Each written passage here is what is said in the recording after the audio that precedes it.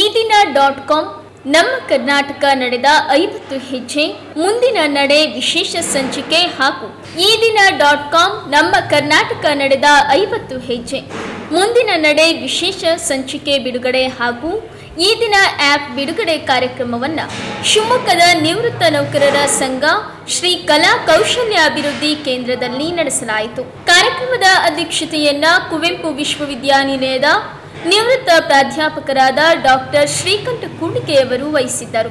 ವಿಶೇಷ ಸಂಚಿಕೆ ಬಿಡುಗಡೆಯನ್ನ ಜಿಲ್ಲಾ ಪಂಚಾಯತ್ ಮುಖ್ಯ ಕಾರ್ಯನಿರ್ವಹಣಾಧಿಕಾರಿ ಹೇಮಂತ್ ಎನ್ ಅವರು ನಡೆಸಿಕೊಟ್ಟರು. ತರೀಕೆರೆ ಪ್ರಥಮ ದರ್ಜೆ ಕಾಲೇಜಿನ ಪ್ರಾಧ್ಯಾಪಕರಾದ ಡಾಕ್ಟರ್ ಸಬಿತಾ ಬನ್ನಾಡಿ ಅವರು ಈ ದಿನ ಆಪ್ ಬಿಡುಗಡೆ ನಡೆಸಿದರು.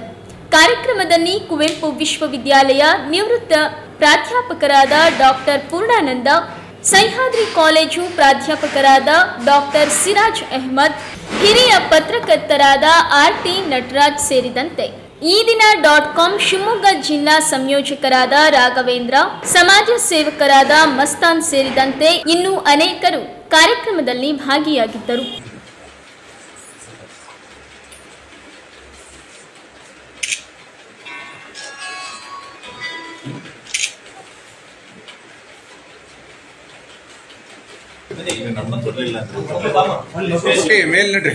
ನಟರಾಜ್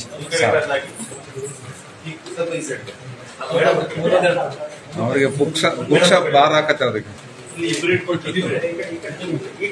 ಈದಿನ.com 2 ವರ್ಷಗಳಿಂದ ಕರ್ನಾಟಕದಲ್ಲಿ ಕಾರ್ಯನಿರ್ವಹಿಸ್ತಾ ಇದೆ. ಈದಿನ.com ಅನ್ನ ಒಂದು ಮಾನವೀಯ ಅಂತಃಕರಣದಲ್ಲಿ ರೂಪುಗೊಂಡ ಒಂದು ಪರ್ಯಾಯ ಮಾಧ್ಯಮ ಸಂಸ್ಥೆ ಅಂತ ನಾವು ಭಾವಿಸಬೇಕು. ಯಾಕಂದ್ರೆ ತುಂಬಾ ಅವಶ್ಯಕತೆ ಇದ್ದಂತ ಒಂದು ಕಾಲದಲ್ಲಿ ಇವರು ಒಂದು ಸವಾಲನ್ನ ಸ್ವೀಕರಿಸಿ ಒಂದು ಮಾಧ್ಯಮ ಸಂಸ್ಥೆಯನ್ನ ಹುಟ್ಟಾಕೋದು, ಅದನ್ನ ನಡೆಸೋದು, ಮುಂದುವರಿಸೋದು ತುಂಬಾ ಕಷ್ಟದ ಕೆಲಸ. ಹುಟ್ಟಾಕ್ಬಹುದು, ಆರಂಭದ ಉತ್ಸಾಹದಲ್ಲಿ ಏನೋ ಮಾಡಬಹುದು, ಆದ್ರೆ ಅದನ್ನ ನಿರಂತರವಾಗಿ ನಡೆಸ್ಕೊಂಡು ಹೋಗೋದು ಮತ್ತು ಜನರನ್ನ ತಲುಪೋದು ಬಹಳ ಕಷ್ಟದ ಕೆಲಸ. ಇಂಥ ಕಠಿಣ ಸಂದರ್ಭದಲ್ಲಿ ಬಹು ಕಠಿಣವಾದ ಪಥದಲ್ಲಿ ಅವರು ಈಗಲೂ ಕೂಡ ಆ ಸವಾಲುಗಳನ್ನ ಎದುರಿಸ್ಕೊಂಡೇ ಮುಂದೆ ಸಾಗ್ತಾ ಇದೆ. ಹಾಗಾಗಿ ಮಾಧ್ಯಮ ಅದೊಂದು ಮಾಧ್ಯಮ ಸಂಸ್ಥೆ ಅಂತ ಆದ್ಮೇಲೆ ಮತ್ತು ಅದು ಹುಟ್ಟಿದ ಕಾಲಘಟ್ಟದ ಈ ಒಂದು ವಸ್ತುಸ್ಥಿತಿ, ಪರಿಸ್ಥಿತಿ, ಮಾಧ್ಯಮಗಳು ಇವತ್ತು ಮುಟ್ಟಿರುವ ಸ್ಥಿತಿ, ಈ ಸಂದರ್ಭದಲ್ಲಿ ಇದು ಹೇಗೆ ಒಂದು ವ್ಯಾಪಕವಾಗಿ ಜನರನ್ನ ತಲುಪಬೇಕು, ಇಂದಿನ ಅಗತ್ಯ ಮತ್ತು ಅನಿವಾರ್ಯತೆ ಆಗಿದ್ದು ಅದನ್ನ ಹೇಗೆ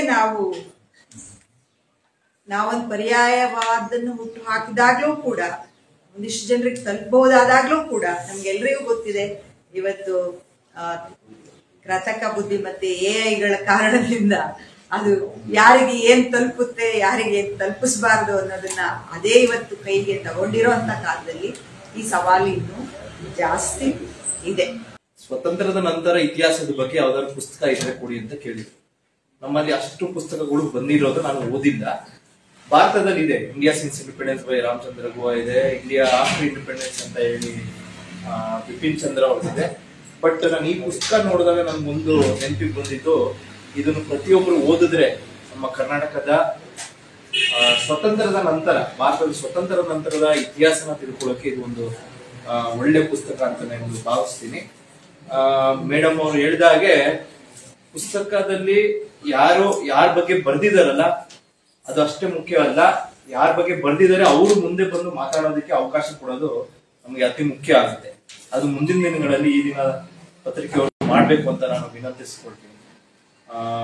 ಮೇಡಮ್ ಅವ್ರು ಮಾತಾಡ್ತಾ ಹೇಳ್ತಿದ್ರು, ಸಬಾಲ್ಟನ್ ಪಾಪ್ಯುಲೇಷನ್ ಏನಿದೆ ಅವರು ಮುಂದೆ ಬಂದು ಮಾತಾಡ್ಬೇಕು. ಈಗ ವಿದ್ಯಾರ್ಥಿ ಚಿಕ್ಕ ಮಕ್ಕಳು ಬಂದು ಮಾತಾಡಿದ್ರು, ಹುಡುಗಿರು ಬಂದು ಮಾತಾಡಿದ್ರು.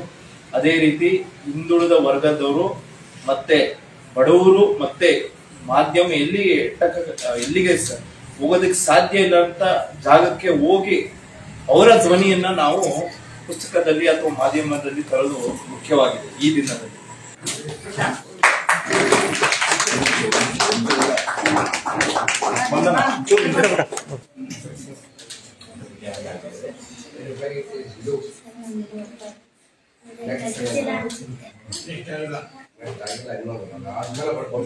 ಈ ಕೃತಿಯಲ್ಲಿ ಬಹಳ ಜನ ಅಂತಂದ್ರೆ 75 ಲೇಖನಗಳಿವೆ. ಮತ್ತೆ ಈ HV ವಾಸು ಅನ್ನುವಂಥ ಡಾಕ್ಟರ್ ವಾಸು ಅಂತ ಕರಿತೀವಿ, ಡಾಕ್ಟರು ವೃತ್ತಿ ಅವರು ಇದಕ್ಕೆ ಪ್ರಧಾನ ಪಾತ್ರವನ್ನು ವಹಿಸಿದ್ದಾರೆ. ಈ ಪತ್ರಿಕೆಯನ್ನ ಈ ರೀತಿ ರೂಪಿಸೋಕೆ ಇದು ಸುಲಭದ ಕೆಲಸ ಅಲ್ಲ.